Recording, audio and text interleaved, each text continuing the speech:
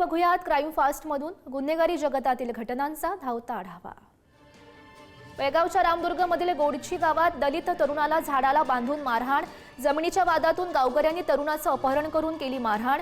Gas pipe आणि दोरीच्या सहाय्याने मारहाण केल्याचा आरोप।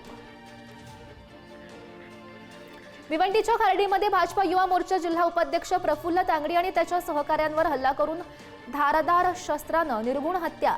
4 ते 5 हल्लेखोर असल्याची प्राथमिक माहिती समोर। लोणावळ्यामध्ये घरगुती गॅस सिलेंडर चोरीचा प्रकार उघडकीस। सीसीटीव्हीच्या आधारे चोरटा अटकेत। चोरी केलेल्या 5 गॅस टाक्या हस्तगत।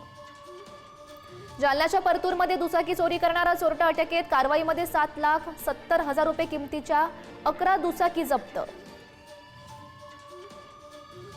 छत्रपती संभाजीनगरच्या किलेअर्क भागात मध्यरात्री गोळीबाराचा थरार। 10 दिवसांपूर्वी जेलमधून जामिनावर आलेल्या तरुणाचा मैत्रिणीवर गोळीबार। जखमी मैत्रिणीवर उपचार सुरू। आरोपी पोलिसांच्या ताब्यात।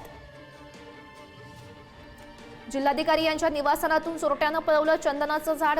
दोन पोलीस कर्मचारी कर्तव्यावर असताना चोरीची घटना घडल्यानं एकच खळबळ। छत्रपती संभाजीनगरच्या वैजापूर शहरातील कॅफेवर पोलिसांचा छापा। कॅफेमध्ये प्रायव्हसीच्या नावाखाली तरुणांना उपलब्ध करून दिला जात होता कक्ष। 3 मुलींसह 6 जण ताब्यात।